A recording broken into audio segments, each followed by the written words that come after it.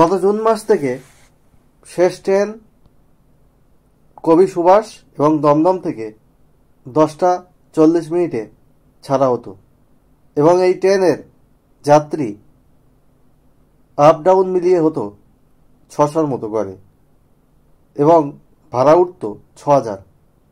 তাতে জানিয়েছে রেল কর্তৃপক্ষ যে তাদের বিরাট ক্ষতির সম্মুখীন হতে হচ্ছে। একই ভাড়া ছিল সোম থেকে শুক্র এই 5 দিন রাত 10:40 থেকে উভয় প্রান্ত থেকে এই মেট্রো আসতো। এই প্রতি ট্রিপে মেট্রো চালাতে খরচ হয় 1,35,000। তাহলে আপ ডাউন মিলিয়ে টোটাল খরচ 2,70,000 আর অন্য অন্য খরচ মিলিয়ে আরও 50,000, টোটাল খরচ 3,20,000।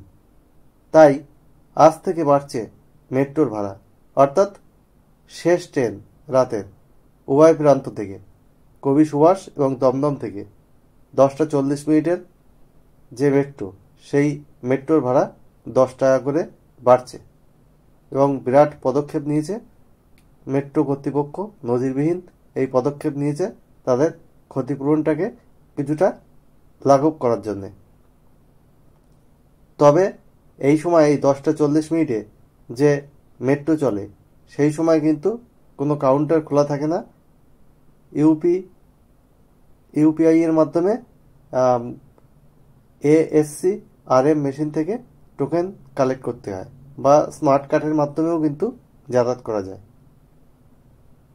এবং এই সময় 600 মতো যাত্রী আপ ডাউন মিলিয়ে যাতায়াত করে। যাত্রীর সংখ্যা কিন্তু আশানুরূপ নয়।